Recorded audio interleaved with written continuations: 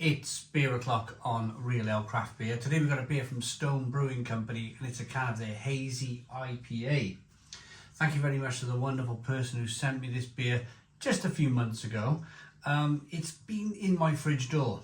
So when I open my fridge door, or my fridge, I go in and my eyes are facing front and I'm like, right, what do we go for here? And we grab them off the shelf and I'm not looking at the door. It was high up in the door where the eggs live. And I was short on beer. I was looking at it, there's not much in the fridge. Coming up towards the end of 2024, running down my stock a little bit of beers to review. And thinking, yeah, there's not much here. And then I kind of looked up in the door and seen this. So my apologies for the person who sent this. I didn't drink it personally. I didn't save it. I forgot about it, to be honest. 6.7% ABV, an amazingly hazy IPA. There we go. 312 fluid ounces. So that's going to be a 375 milliliter. That's my guesstimation. Stone Brewing Company used to be a fantastic brewery. They used to be one of the best in America. They really did.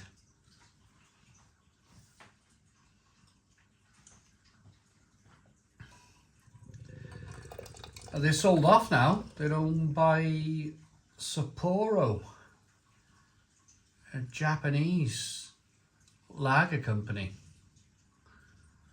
which, I don't know, what do I think about it? I think Greg Koch will talk, maybe we'll talk about that if we have time later on in the review. The Beer Jesus, let's concentrate on the beer first and foremost. We've got a 1 to 2 finger whitehead. Good levels of carbonation. It's not quite amber and it's not quite pale, this one. It's just in between both things.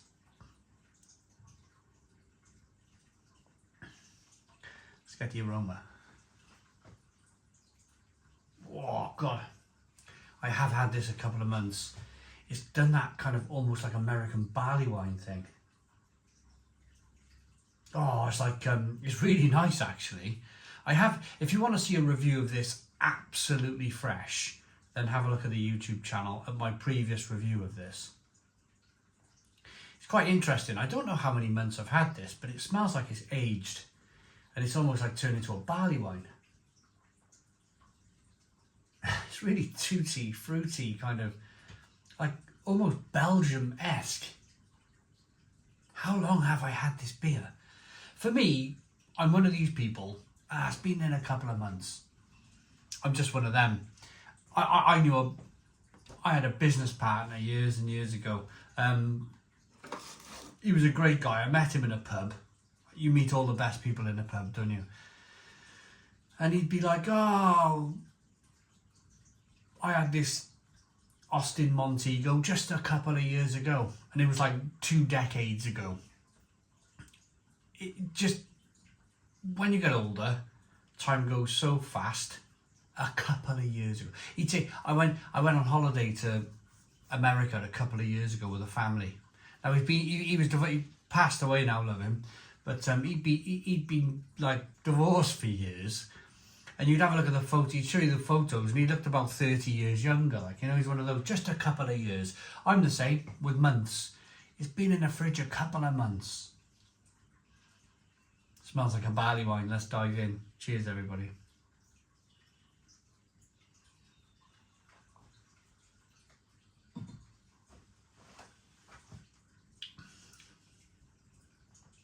That's amazing. That's amazing. It's like a barley wine that tastes like lemonade with a hint of lime. Yeah, that's like a really good, like, kind of strong ale now. The hops are falling off it. The candied fruit is amazing. Really good.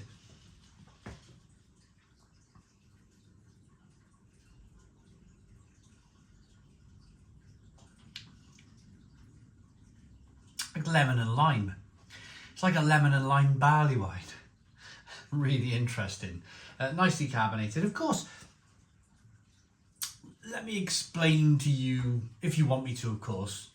If you don't, skip 2 minutes into the video. Barley wine was just basically a beer that was brewed stronger and aged. So, in essence, they brewed this beer at 6.7% ABV.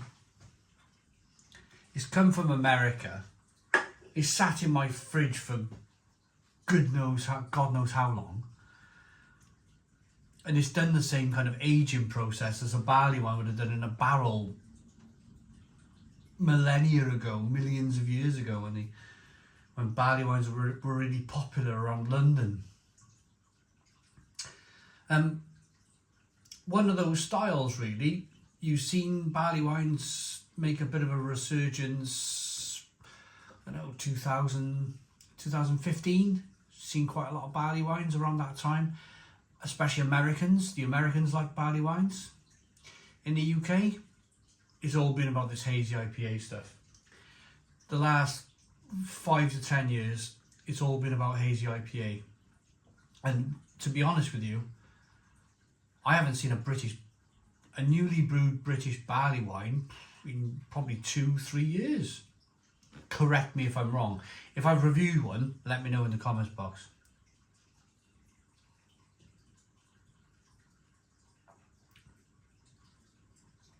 It's really good. There's no point in me reading the description because it's going to tell you how hoppy and flavourful and deliciously hoppy it is, and how much of a great IPA it is. It's not that anymore. It's like a strong barley wine.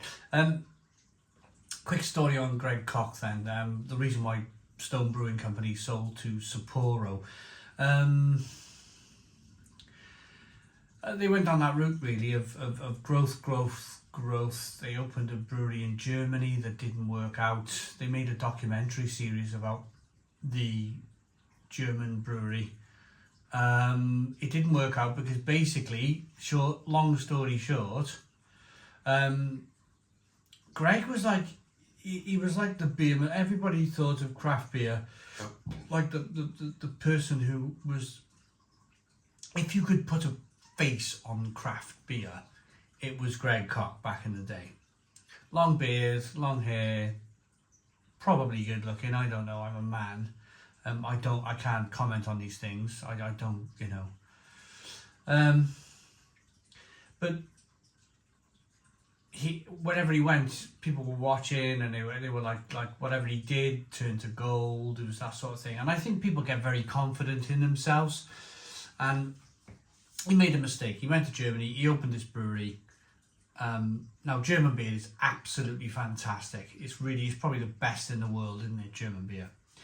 So he invited all the journalists to his brewery, his brand new American brewery in Germany. He invited them all over, all these German journalists, and they opened up the shutter doors to the brewery for the first time.